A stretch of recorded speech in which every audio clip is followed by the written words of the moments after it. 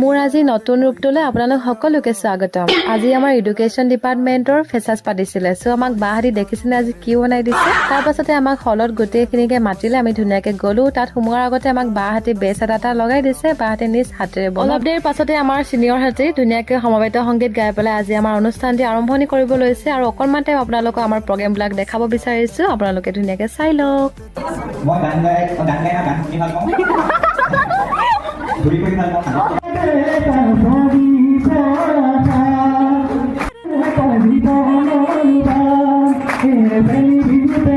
আৰু আমাৰ বাহঁতে ধুনীয়াকৈ কলম এটা আৰু ৰ'জ এপাহ দিছে আমাক। তাৰ পাছতে মই ফটো মোহাৰি পেলালো, যিহেতু অকণমান অশান্তি লাগি আছিলে। পেকেট লাঞ্চ দিলে, চবে আমি খালো আৰু আমাৰ মেমে গান গাইছিলে। আহকচোন আমি সকলোৱে শুনো।